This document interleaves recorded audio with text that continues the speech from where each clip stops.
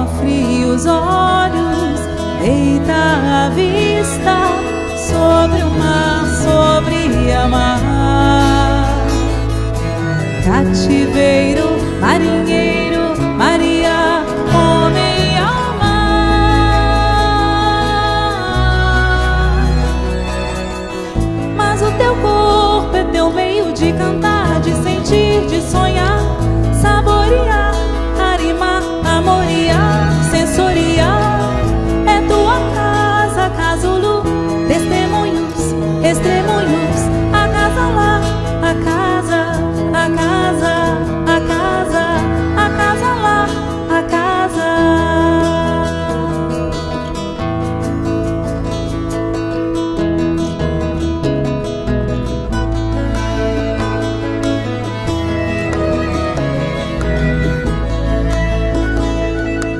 O ser no corpo é um passarinho, na janela quer voar.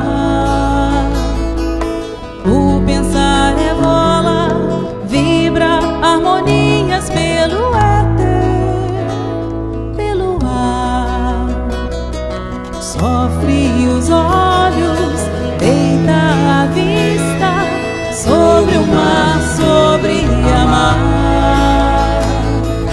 Cativeiro, marinheiro, Maria, homem ao mar.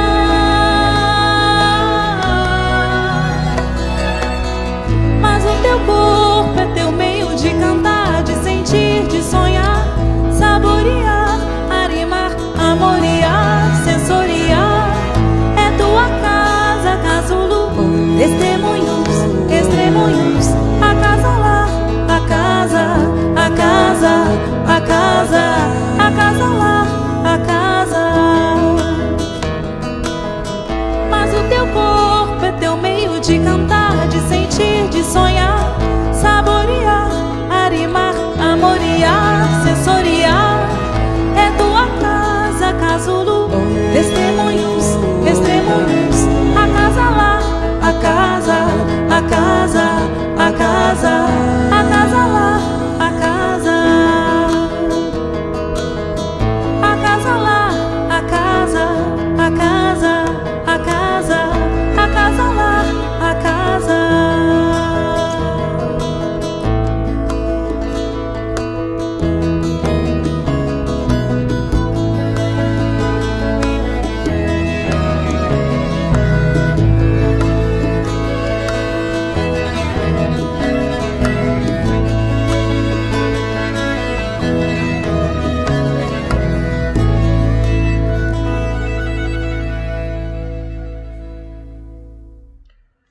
Amado Mestre Jesus, queridos companheiros do plano espiritual, eu vos peço, meu Senhor, humildemente, que possa estar conosco neste momento, que possa levar os nossos pensamentos, que possa nos ajudar a elaborar nossa fala, que possa nos ajudar a abrir as nossas mentes e os nossos corações para receber essa água da fonte viva do Evangelho. Nós agradecemos a espiritualidade amiga, aos companheiros espirituais, mentores de todas as tarefas da Associação Espírita André Luiz, e com muita felicidade de poder servir, mesmo na nossa imperfeição, nós pedimos, Senhor, sede conosco em todos os momentos. Nós pedimos hoje por todos aqueles nossos irmãos que estão passando por dificuldades, seja no nível material, emocional ou espiritual.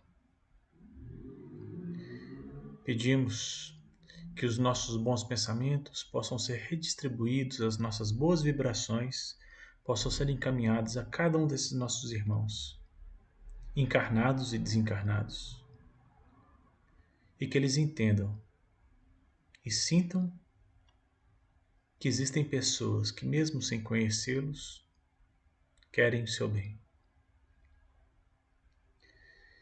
E nesse sentimento amoroso, esse sentimento de doação, nós iniciamos nossa reunião pública no dia de hoje, nessa certeza que este amparo essas bênçãos do mais alto estão conosco, hoje, agora e sempre. Que assim seja. Ei, meus amigos, minhas amigas, tudo bem? Boa noite a todos. Hoje vocês estão vendo, estou num cenário diferente aqui. Também estou num dia diferente. Estou gravando esse estudo no domingo, né? Domingo, dia 29, um dia antes de que vocês estão assistindo. E vai chegando o final de ano, as coisas vão ficando mais tumultuadas, né? Então, preferi fazer para a gente não ficar sem este encontro. Então, hoje vai ser uma conversa menor, uma conversa mais rápida, mas mesmo assim, uma conversa feita de coração. Há muito tempo eu tenho buscado ter esse momento para a gente fazer um estudo, né, falar um pouco mais sobre o culto do Evangelho no Lar, e eu acho que seria um bom momento. E vou explicar porque eu entendo que esse é um momento melhor do que até anteriores, né? Eu venho falado, né? Os meus estudos são sempre direcionados para algo prático que a gente possa aplicar no dia a dia nosso mesmo. Então, o que eu trago aqui são as dificuldades que eu sinto no meu dia a dia, né? Que eu falo assim, não, escutar isso me faria bem, então deixa eu tentar compartilhar de alguma forma também. Né? E no nosso histórico de estudos, a gente tem feito a gente fala sobre a melhor vacina, né? Falando sobre oração nesse sentido. A gente fez um estudo anterior ainda falando sobre a rotina mesmo, como é que é importante a gente ter uma rotina espiritual bem adequada. Assim como a gente tem a rotina alimentar, a rotina de estudo né, das questões profissionais. Então é importante a gente ter essa rotina espiritual também. É como se a gente criasse uma teia de proteções que nos auxiliasse mesmo neste momento, né, que estamos vivendo. Um momento que nos impõe alguns limites, que nos impõe algumas carências, e até por isso que eu acho que esse é o momento certo da gente falar do culto no lar. Há algum tempo, né, gente, a gente tem visto que o nosso processo de isolamento ele teve várias etapas, né?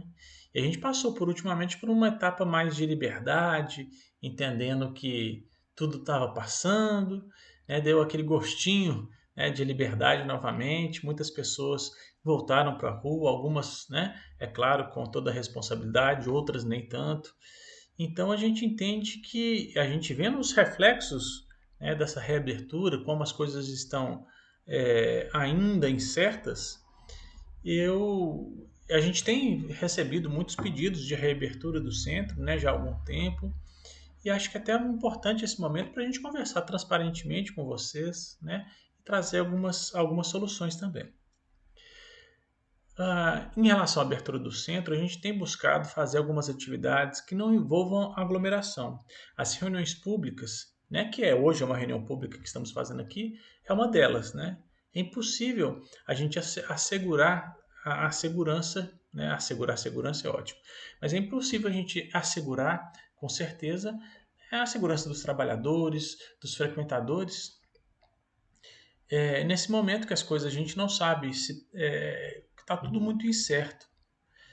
Então a gente prefere se resguardar e eu entendo muito, né? Eu sinto falta, assim como vocês, a gente sente falta mesmo desse momento juntos, mas a gente tem que entender que tudo que estamos passando é um momento que foi imposto mesmo, né? E que a gente tem que aprender com ele. E eu acho que o aprendizado nosso, o aprendizado maior, é esse, da gente ter uma autonomia espiritual. Eu sei que é difícil, né? Falando assim bonito, né? A gente ser autossuficiente, a gente conseguir lidar com isso. E de certa forma é complicado mesmo, porque Deus nos colocou, nos deu a possibilidade da reencarnação para que nós pudéssemos, através do convívio uns com os outros, nos melhorar. Ou seja, eu ajudo você, você me ajuda, nós caminhamos para cá. Né? Então, pelas afinidades e pela falta de afinidade, muitas vezes, nós vamos encontrando um meio de fazer esse aprendizado. Então, a gente tem visto, né, esses últimos tempos o que representa o templo para nós. E aí os católicos entendem, né, o templo da Igreja Católica, os cristãos, os evangélicos, né, os templos evangélicos, né, e nós espíritas, nas casas espíritas, obviamente. Então a gente vai fazendo essa construção e a importância disso, né? E para mim a casa de André Luiz é muito importante, porque ela entrou num momento na minha vida que eu precisava de uma transformação. E se não fosse o convívio e a disciplina da frequência, né, provavelmente eu não tinha conseguido ter esse contato mais profundamente, de trabalho inclusive, né, que a Associação Espírita André Luiz me propôs, e por isso eu sou muito grato.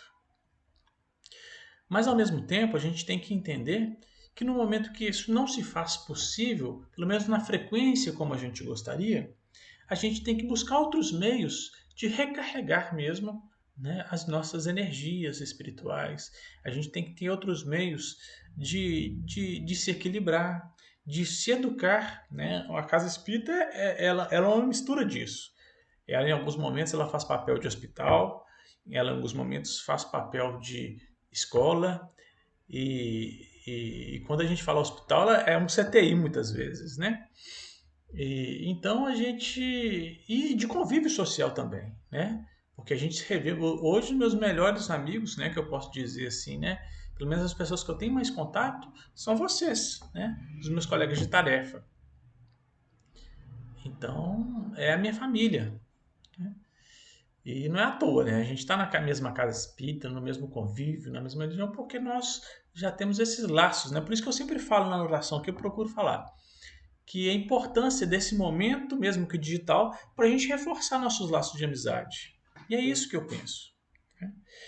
Mas voltando, né? Então quando a gente fala de autossuficiência espiritual, eu penso muito no sentido de, ora, eu vou ser eternamente dependente de um local de, que me proporcione a minha aproximação de Deus. É a mesma coisa a gente falar que a gente, em outras reencarnações, né, que a gente estava em outras religiões, que a gente precisava da figura do padre, né, só através daquela figura, daquela autoridade sacerdotal, que a gente teria o perdão de Deus. Eu não conseguiria esse perdão sozinho. Né? Então a gente tem que entender e trazer para a atualidade mesmo. Qual que é a minha relação com Deus? Qual que é a minha relação com o meu amigo espiritual? A casa ela é fundamental para que tenha essa relação, para que eu consiga atingir esse equilíbrio. E aí eu falo assim, obviamente, né, aqui eu estou falando para várias pessoas. Tem a pessoa iniciante que ela precisa mesmo, né? Você que está vendo a nossa palestra pela primeira vez. Né? Conhecer a casa, entender como funciona, esse contato é muito importante, sim. As pessoas que já são trabalhadores, elas precisam da tarefa, é importante ter a tarefa. Né? Mas a gente entende também que essa tarefa, o trabalhar com Jesus, ele não se limita a um lugar específico. Entende o que eu quero dizer? Então a gente tem que buscar formas da gente continuar servindo ao Cristo, mesmo no meu campo de trabalho aqui, na minha própria casa, na minha rua, através dos meios digitais. Gente, quero deixar bem claro. Eu quero ver a Associação Espírita André Luiz bem cheia em breve, quanto antes. Né? Que a gente possa se movimentar, se encontrar, se abraçar, ou às vezes só de máscara mesmo, mas efetuando a tarefa. Viu? Mas eu quero entender, né, e entendendo que é uma dor minha, inclusive, eu quero pensar, trazer essa reflexão com vocês, para que nós possamos juntos entender as alternativas que a doutrina espírita traz para nós, né? Não só a doutrina espírita, principalmente o Evangelho de Jesus, para que a gente possa se proteger, se renovar, mesmo sem sair de casa. Então, o último estudo que eu fiz sobre a melhor vacina, que a gente falou muito sobre oração. A oração é uma ferramenta que a gente pode usar em qualquer lugar, esteja na casa espírita, esteja na igreja católica, seja no clube, seja onde for. Né? A oração é aquela ferramenta, aquela arma secreta do bem que a gente pode se utilizar dela para estabelecer esse vínculo e se recuperar de alguma forma. E hoje eu venho trazer, né, eu venho conversar brevemente, depois dessa introdução um pouco esticadinha, vim falar sobre o culto do Evangelho no lar, que é uma outra ferramenta essencial. E aí você de casa vai falar, e eu me perguntei isso. Ah, não, lá vem o já me falar, tirar 15 minutos por semana, no mesmo dia da semana, para a gente fazer uma oração em família, fazer uma leitura do Pão Nosso. Não, eu vou falar um pouquinho sobre isso, mas não quero falar sobre regras, as regras de se fazer o culto do Evangelho no lar.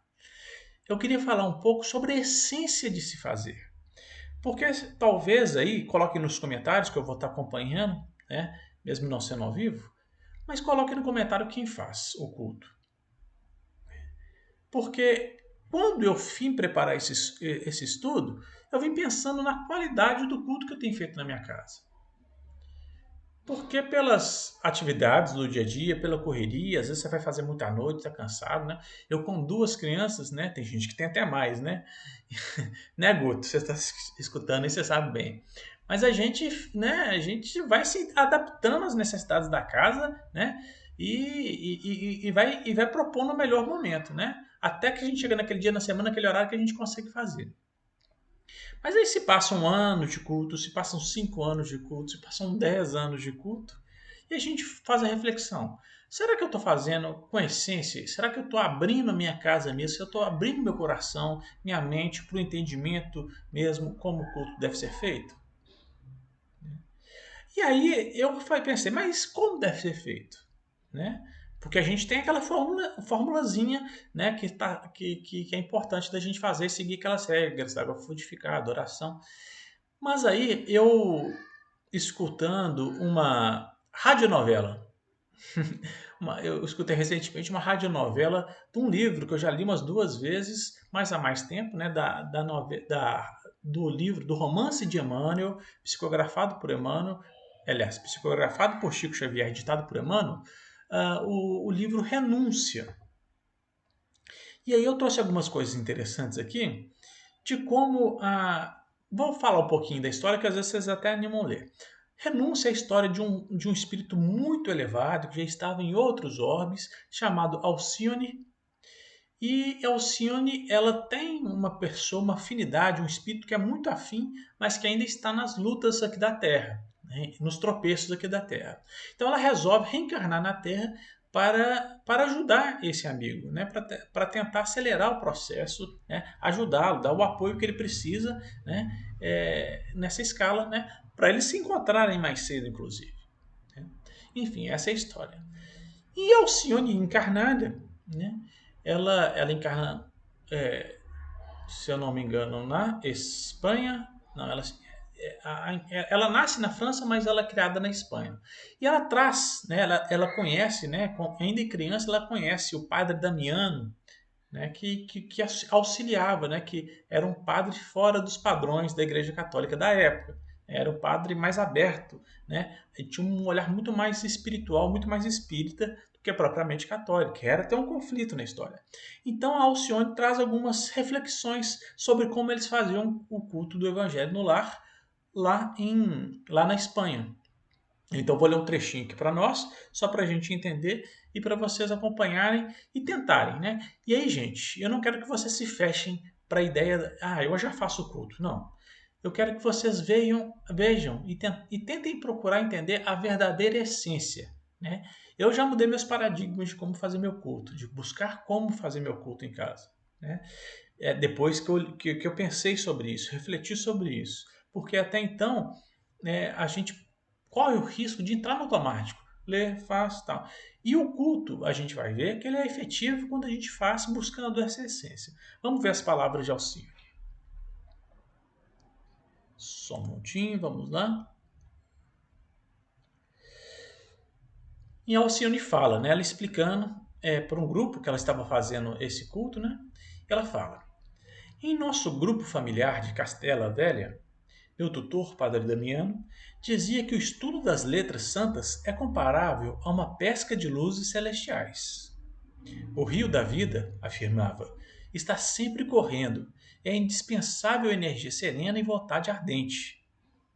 a fim de mergulharmos na coleta dos valores únicos. Então aqui fala que eu quero fazer o culto. Não, eu tenho que estar aberto para o Evangelho. Olha só que importante, como a gente tem que participar de uma forma ativa. É muito mais o coração aberto do que simplesmente a mente ali, né, buscando entender. E ela continua: enquanto o homem se mantiver líbio, desencantado, indiferente ou pessimista, dificilmente poderá encontrar no Evangelho algo mais que os sublimes apelos do Senhor. Em tais condições negativas, recebemos os convites do Cristo, mas frequentemente ficamos ignorando a tarefa. Somos chamados ao banquete da verdade e da luz, mas comparecemos como os comensais bisonhos, mal sabendo como iniciar o suculento repasto. Olha só que interessante, gente. Ela diz aqui, ela alerta. Eu chego para o culto cansado, desanimado, sem preparação, fazendo só por fazer, só porque lá no centro falaram o que é importante, né? Eu posso até escutar, achar bonitas as palavras do Cristo, mas eu estou fechado, né? Eu estou ali como muito indiferente, eu não estou preparado para absorver aquilo e colocar na minha vida. Mas quando eu mudo essa postura e chego querendo me banquetear, né? Não é banquetear, querendo me alimentar desse banquete espiritual, aí a coisa fica diferente, né? Vamos continuar aqui. O ensinamento de Jesus é vibração e vida. E como o estudo mais simples demanda o esforço da comparação, não podemos versar o Evangelho sem esse esforço. Aqui está falando o seguinte, gente. Não adianta eu ficar lendo o Evangelho só pensando naquelas palavras ali. Eu tenho que comparar com o que eu estou vivendo na minha vida. Né? Se eu não trago isso para o meu dia a dia, para o dia a dia da minha família, aquilo ali está sendo palavras ao vento. Né? Então, muitos procuram nessas páginas somente motivos de consolação, esquecendo a essência do ensino. Mas seria um contrassenso ouvir o Mestre a nós, dos espaços gloriosos da imortalidade, apenas para nos adoçar o coração honesto de perversidades e fraquezas humanas?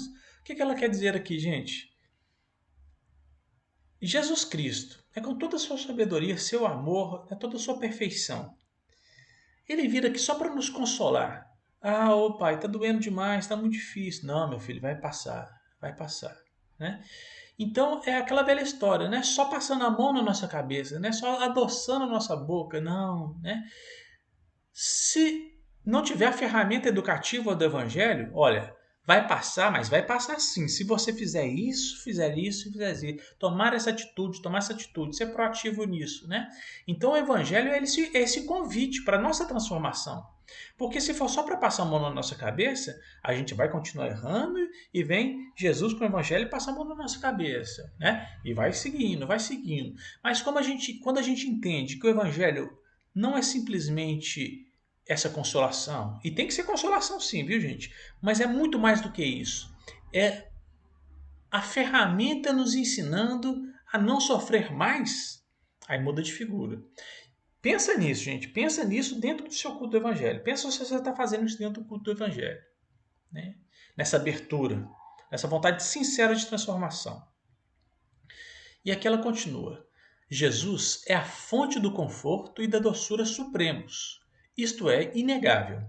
No entanto, reconhecemos que uma criança que somente recebe consolações e mimos paternos arrisca-se a envenenar o coração para sempre, na sede insaciável dos caprichos. Olha a comparação linda que é feita. Né? Alcione traz pra gente. Se a gente só sempre fosse, tá doendo, não, tudo bem, vou te consolar. Essa é a postura do pai que sempre dá o que o filho quer, mas não corrige, né? Não vem com essa firmeza amorosa do Cristo e fala assim, é por aqui. Né? Não. Devemos acreditar que o Cristo só haja trazido ao mundo a palavra revigoradora e afetuosa, senão também o roteiro de trabalho, que é preciso conhecer a seguir, em que pesem as maiores dificuldades.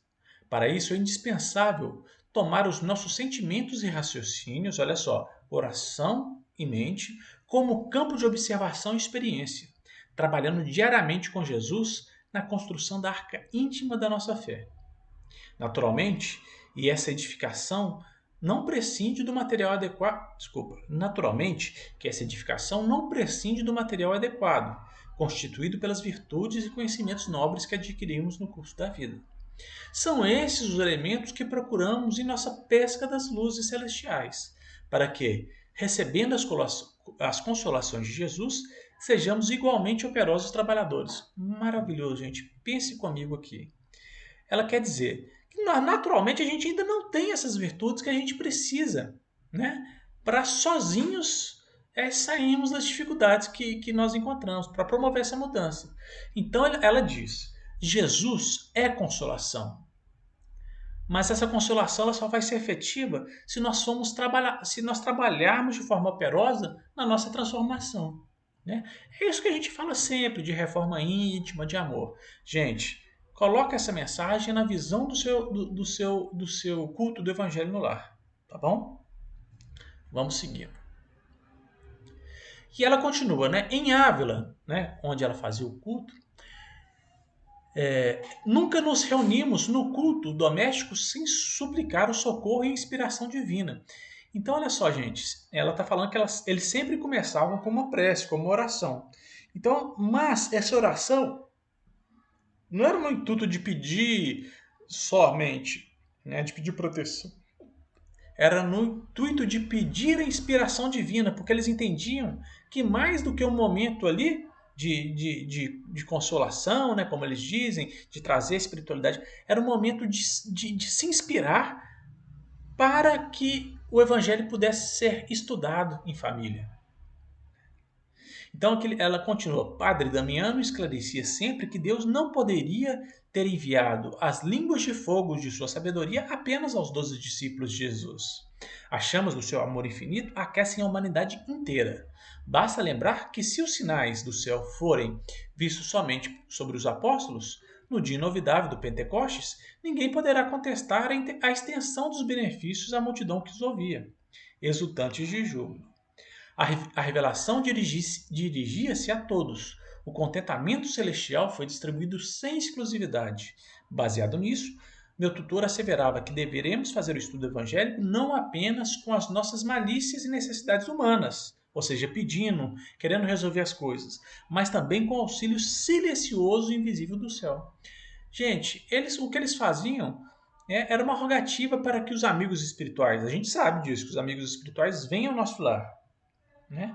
Então o que eles faziam? Oravam pedindo que eles viessem e, mais do que isso, os intuísse. Né? Que essas línguas de fogo da mediunidade, né, pudessem intuí-los para que as palavras que saíssem da boca de cada um, né, naquele culto, pudessem ser consoladoras, pudessem ser esclarecedoras uns aos outros. Né? E aqui terminando, ela fala assim: lá na Espanha, explicou a jovem delicadamente, líamos apenas um versículo de cada vez, e esse mesmo, não raro, fornecia cabedal de exame e iluminação para outras noites de estudo. Chegamos à conclusão de que o Evangelho, em sua expressão total, é um vasto caminho ascensional, cujo fim não poderemos atingir legitimamente sem conhecimento e aplicação de todos os detalhes. Muitos estudiosos presumem haver alcançado o termo da lição do mestre, com uma simples leitura vagamente raciocinada. Isto, contudo, é um erro grave. A mensagem do Cristo precisa ser conhecida, meditada, sentida e vivida. Gente, vamos lembrar dessas 4 palavrinhas: conhecer, meditar, sentida e vivida. Olha só, através da leitura a gente tem um contato, né? Quando a gente está fazendo culto ali, a gente tem um primeiro contato com... Se a gente só lê, é um contato que logo entra pelo ouvido e sai pelo outro. Se a gente só escuta alguém lendo ali, entra pelo ouvido e pelo outro. Mas se a gente traz para a meditação, a gente já tenta refletir sobre aquilo. Tá bom, a mensagem foi essa. Deixa eu pensar sobre o que nós lemos aqui. Por isso que o comentário no culto do Evangelho é importante. É um momento que a gente está meditando sobre. Né? Meditar não é só parar e ficar refletindo, não. Faz parte, né, o comentário, colocar, porque eu falo alguma coisa no culto, vem alguém e comenta, né, e a gente vai amadurecendo o que foi dito. Né? Sentida, olha só, a gente traz para a mente através da meditação, e aí a gente traz para o coração. Né? Sentir, faz sentido racionalmente? Aí sim, se faz sentido, se eu convenci minha mente que aquilo ali é verdadeiro e faz sentido, aí sim eu consigo interiorizar para o meu coração. Eu quero vivenciar aquilo, né? E no querer vivenciar, veio da mente para o coração, e do coração a gente traz para as mãos, para vivenciar, para aplicar aquilo no dia a dia. Onde que eu vou aplicar, gente? Ali, em casa, com aquelas pessoas que estão fazendo culto comigo, né? No primeiro lugar, depois vai se estendendo, né, gente? Então ela continua. Nesta ordem de aquisições, não basta estar informado, ou seja, não basta só conhecer. Um preceptor do mundo nos ensinará a ler, o mestre, porém nos ensina a proceder. Olha só que maravilha, gente, né? Qualquer professor aí vai nos ensinar a ler, né? O ABC, né? Vai trazer para a gente, até interpretar um texto vai ensinar. Mas o mestre, ele não quer que a gente só aprenda, que a gente só interprete o texto, ele quer que a gente aplique aquele no nosso dia a dia. O evangelho é vivo, né? O evangelho é essa coisa colorida que nos motiva a colocar em prática, tornando-se-nos, portanto, indispensável a cada passo da existência. Eis porque, excetuados os versículos que são de saudações apostólicas, qualquer dos demais conterá ensinamentos grandiosos e morredouros que impende conhecer e empregar a benefício próprio. Gente? Então, gente, ela deu esse resumo aqui maravilhoso. Olha, aí você traz para o seu culto aí na sua casa. Você está fazendo isso? Você conhece, ou seja, vocês fazem leitura na sua casa, vocês meditam, né, sobre aquilo, fazem os comentários, né, trazem as reflexões. No terceiro momento, vocês, né, e aí eu acho que isso aqui é até posterior, porque é mais individual, né, gente? A gente sentir aquilo, ficar pensando sobre aquilo que foi dito no Evangelho depois que terminou, né? E depois a gente tentar aplicar, né? Várias das mudanças, né, até parece que são muitas, né, mas na minha vida, eu falo na minha vida cristã, né, quando eu comecei a olhar com carinho para o Evangelho, entender que eu precisava colocar na minha vida, as mudanças que eu consegui implementar foram assim, né. Eu ia lá para o encontro nosso de carnaval em Neluz, né, e vou ainda, graças a Deus, já há muito tempo, né, escutava uma coisa, aí ficava o carnaval, né, aquele período todo meditando. Aí começava a sentir, começava a fazer um sentido para mim. E aí eu conseguia mudar um hábito, um vício, na verdade, né? Então é o caminho, é o procedimento. Conhecer, meditar, sentir e viver. Se você estiver fazendo isso no culto, ó, nota 10. Né? Se o culto está promovendo isso no seu lar, nota 10.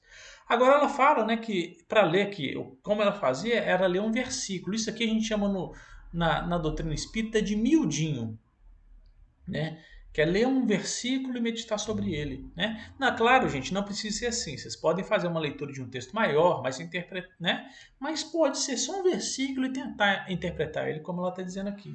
Tem pessoas que hoje em dia tem um nome mais bonito, né? Que é estudo minucioso do Evangelho de Jesus. Né? Então tem várias apostilas, inclusive, ensinando a fazer o estudo desse tipo. Estou passando até da hora aqui, né, gente? Mas é só para a gente conversar um pouquinho.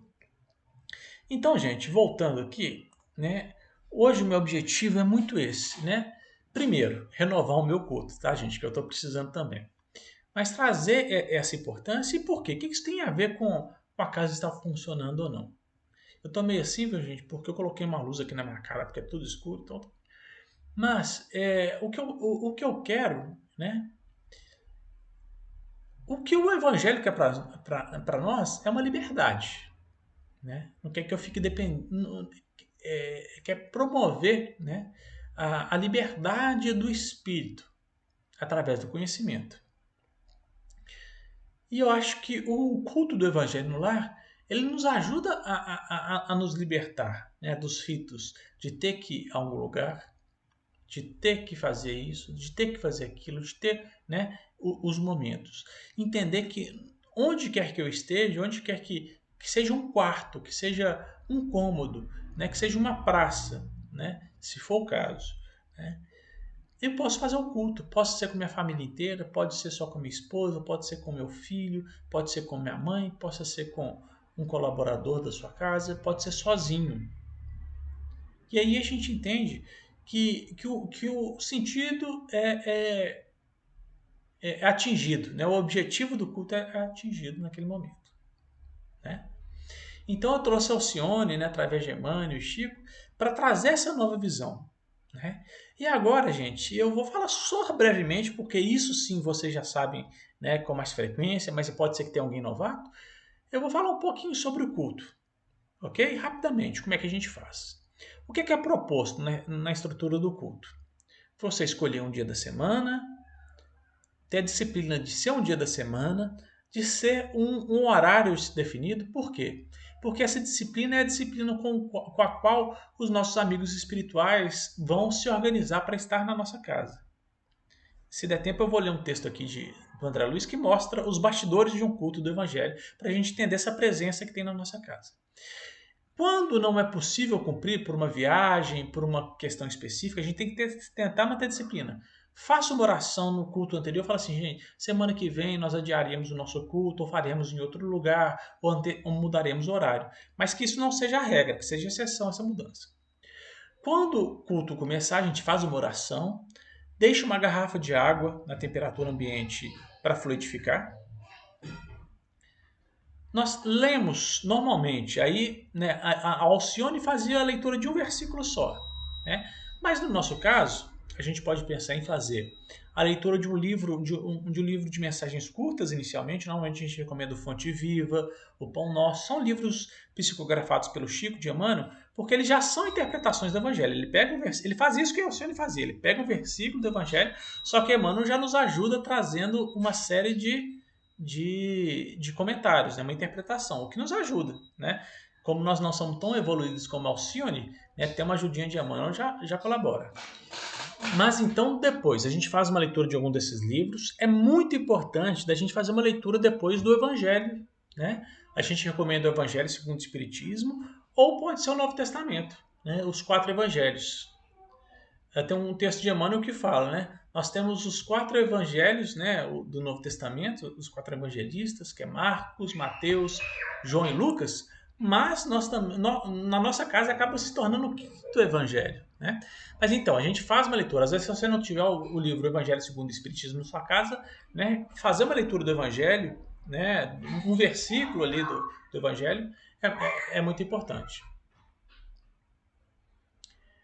Depois, quem quiser, né, tecer algum comentário sobre essa passagem, é fundamental, né, que a gente possa fazer uma leitura, aliás, fazer um comentário, e aí não é nada obrigatório, né, mas é importante, né, sobre esse novo contexto que a Alcione trouxe para a gente, conhecer, meditar, sentir e vivenciar, né, essa seria a parte da meditação, né? É claro que ela pode ser feita em outro momento, mas ali quando a gente sobre a inspiração, né? A gente lembra que a Alcione falava que ela reza pedindo a inspiração da espiritualidade para que eles possam ter esse momento. Então, essa meditação, quando ela ocorre através dos comentários ali, ela é importante porque ela já conta com esse auxílio dos nossos anjos, dos nossos amigos espirituais, né? Então, ela tem toda uma proteção. Então, é um momento também de a gente se atentar para isso. No final, a gente bebe a água fluidificada e, na sequência, a gente faz uma oração para terminar, né, gente? A gente ainda expande um pouquinho esse roteiro do culto, por quê? Depois a gente pode até colocar o culto aqui na descrição também, né? Esse roteirinho na descrição para quem não conhece. E aí a gente pode atentar, né, para manter a serenidade, né? A gente viu que tipo de filme que a gente vai assistir depois, né? Porque é um momento que a gente acabou de restaurar as energias. É bom que a gente faça isso todos os dias, né? Mas tentar manter essa serenidade. Essa água fluidificada, é bom que você coloque um pouquinho mais para você ir bebendo durante a semana. É a mesma coisa de você levar uma água para fluidificar lá no centro, por exemplo. Olha como você acaba sendo autossuficiente em mais uma ferramenta, né, de reequilíbrio, né? Neste momento, quando você faz oração, que você pede para a espiritualidade restaurar suas energias, é um passe que você recebe no centro também, né? A energia que é movimentada através do passe, ela é uma energia que vem do alto, ela é combinada com a energia mediúnica do médium e é aplicada em você. Quando a gente faz isso em casa, todo mundo é médium em maior ou menor grau, essa energia continua vindo do alto, essa energia ela é retirada, né, das pessoas que ali podem doar alguma coisa, né, e até da natureza também. Há espíritos que eles conseguem retirar essa energia da própria natureza, né? E você também tem um passe aplicado naquele momento. Olha a importância do culto, gente. Você converte sua casa, seu santuário doméstico, num centro espírita, uma casa de oração, como se diz, né? Então é isso que eu queria dizer para vocês. Eu queria, eu vou ver se der tempo, eu vou, não, eu vou deixar para outro tempo essa mensagem do André Luiz. Mas uma coisa que eu queria ver com vocês é o seguinte: sobre o funcionamento da casa, eu comecei falando, nós estamos trabalhando, pensando como a gente vai fazer essa reabertura para atender todos, né, de forma muito responsável. E a gente entende que existem pessoas que, né, nós, de uma forma geral, nem sempre, às vezes nós temos essa necessidade mesmo. É um caso de uma doença mais grave, é um caso de um desequilíbrio mais complexo. Então, eu quero dizer que a casa está, sim, aberta a atender essas urgências, né? Nós estamos fazendo uma escala e aí a gente combina com o passista, né, se for uma coisa para aplicar o passe, viu? Então a gente vai fazer isso na medida do possível. Ninguém, né, e eu volto a repetir isso como eu já repeti outras vezes, a casa não vai deixar ninguém desamparado com qualquer necessidade. Da mesma forma como a gente tem buscado atender as necessidades materiais das famílias que dependem disso, né? Até hoje nós não ficamos um mês sem distribuir as cestas com a ajuda de vocês, né? Nossa campanha do Quilo Virtual. Agradeço muito o carinho, né? Da mesma forma como a gente, né, aos trancos e barrancos, a gente tem buscado trazer os estudos através das ferramentas que estão disponíveis, né, aqui no YouTube. A gente também entende que o passe é uma dessas ferramentas e a gente vai atender na medida do possível, né, respeitando as necessidades de isolamento e as necessidades de ter uma reabertura responsável. Combinado? Então agradeço mais uma vez o carinho, desculpe por qualquer coisa do estudo de hoje, né, mediante a várias dificuldades, várias controvérsias que eu tive para fazer esse estudo, né? O tempo está muito curto, final de ano vai apertando ainda mais.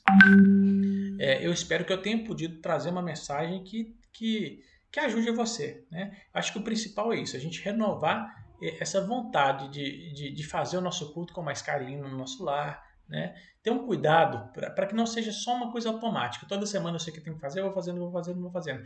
Vamos pensar nesses 4 pilares: conhecer, meditar, sentir e vivenciar. E aí eu vou fazer um último convite para vocês. Procure, gente, já que todo mundo agora é expert nas ferramentas de reunião virtual. Quem tiver dificuldade também pode me procurar aqui que eu ajudo. Quem sabe nós não tenhamos como uma tarefa, né, que a gente tem falado do trabalho, como é importante, implantar o culto na casa de alguma pessoa que ainda não tem, que tem vontade, né? Às vezes, através da conversa virtual, a gente pode marcar um dia e começar a fazer uns 4 cultos para a pessoa entender como essa rotina funciona, e depois disso ela vai fazendo. Olha só que tarefa abençoada que a gente poderia fazer para ajudar que essas luzes que ficam nas casas de cada um se multipliquem, né? Então, o meu desafio do bem para você é isso. Veja alguém da sua família, veja alguém, algum vizinho que está passando por uma dificuldade e se ofereça para ajudá-lo a implantar o culto do Evangelho no lar. Eu acho que isso seria uma ferramenta, se cada um de nós aqui que está assistindo conseguisse com mais, olha só como é que a coisa não ganha uma proporção, né? Então esse é o convite que eu gostaria de fazer. Outra coisa, estou disponível também para essa tarefa, não só eu, mas outras pessoas aqui no centro. Nós nos colocamos disponíveis para ajudar a implantar na sua casa se você ainda não tem, né? Se ainda não faz, né?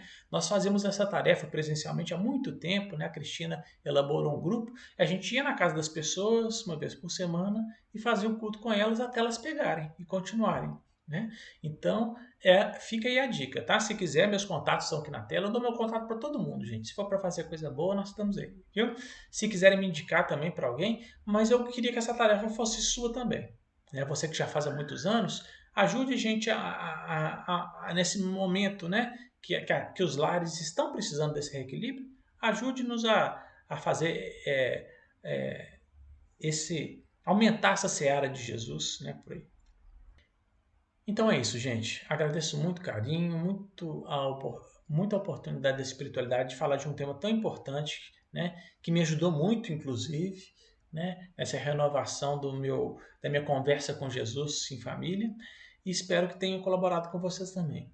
Fiquem com Deus e até a próxima semana, viu? Grande abraço, que assim seja.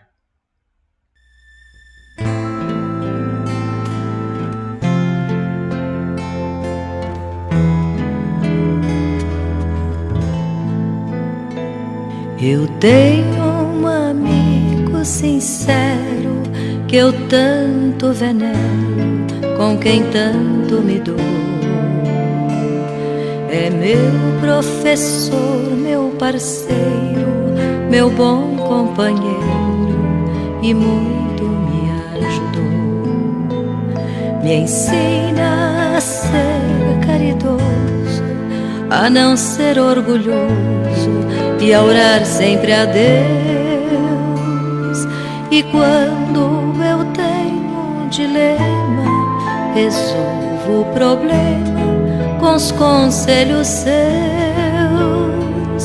E quando eu tenho um dilema, resolvo o problema com os conselhos seus. Evangelho de luz, Evangelho perdão, Evangelho Jesus, és a minha salvação. Evangelho de luz, Evangelho perdão, Evangelho Jesus, és a minha salvação. E quando a angústia revolta, eu não acho a porta, não vejo a solução. É Ele, o amigo adorado, que está sempre ao meu lado e me traz a consolação. Se choro ou preciso socorro, a Ele recorro e por feliz me dou. Ele é o Evangelho novo, é a mensagem que ao povo o Cristo deixou. Ele é o Evangelho novo, é a mensagem que ao